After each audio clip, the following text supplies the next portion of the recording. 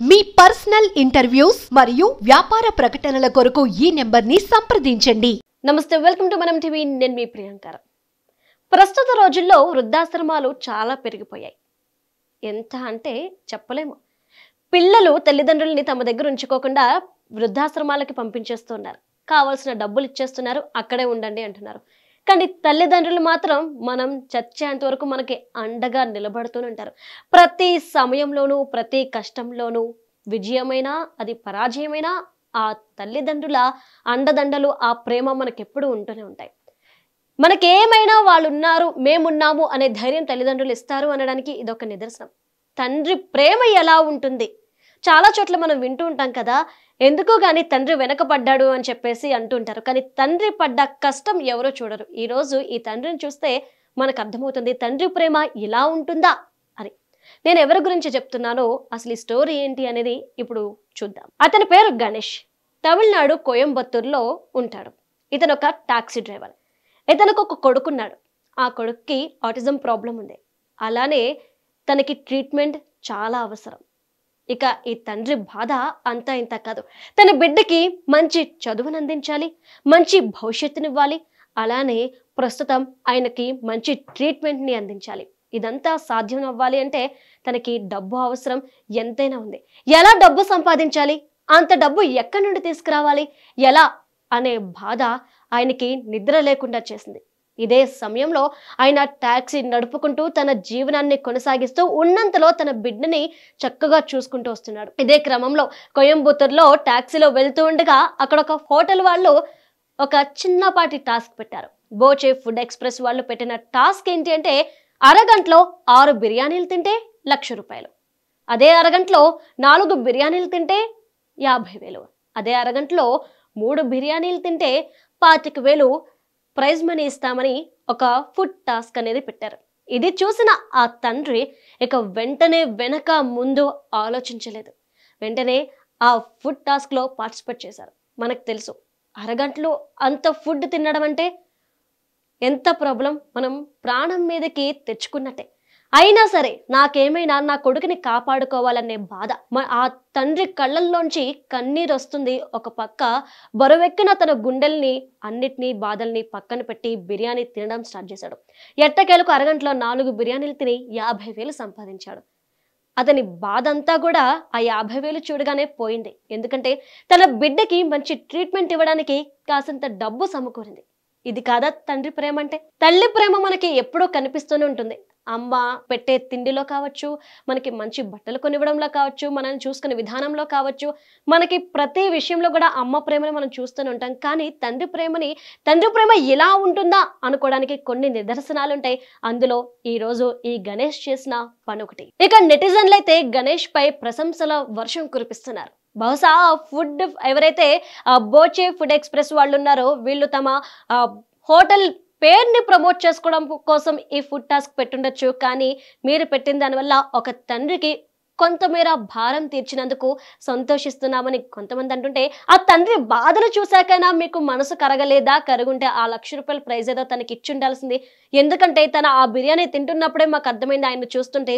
ఒక పక్క కళ్ళంట నీళ్లు, భారం ఎక్కిన గుండెతో ఆయన ముఖం యొక్క కదలికలు అవన్నీ చూసిన తర్వాతనే మీ మనసు కరగలేదా? ఆ 50,000 ప్రైజ్కి బదులు 1,00,000 రూపాయలు ఇచ్చుంటే ఆ తండ్రికి ఒక విధంగా సాయం చేసి ఉండేవారంటూ కూడా నెటిజన్లు కామెంట్లు పెడుతున్న టైంలో ఏదైతే ఏమైంది, ఆ తండ్రికి ఒక భారం దిగింది. ఒక 50,000 రూపాయలంటే ఆషామాషి కాదు.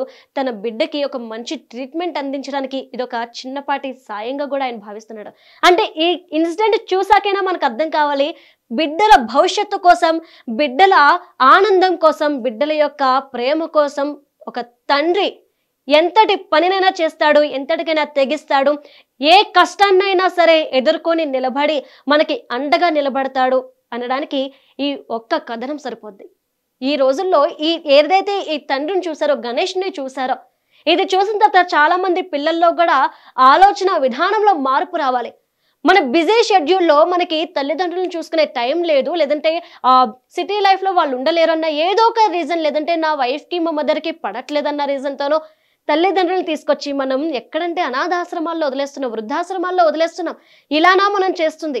మనకి అన్ని వాళ్ళ రెక్కల కష్టంపై బతికిన మనకంటూ రెక్కలు వచ్చి మన కాళ్ళ మీద మనం నిలబడి మనకంటూ ఒక ఫ్యామిలీ క్రియేట్ అయిన తర్వాత మనకి ఇన్ని రోజులు అండదండలుగా ఉన్న వాళ్ళని వదిలేస్తూ వస్తున్నాం. కనీసం వాళ్ళని చూడడానికి కూడా మనకి దగ్గర టైం ఉండదు.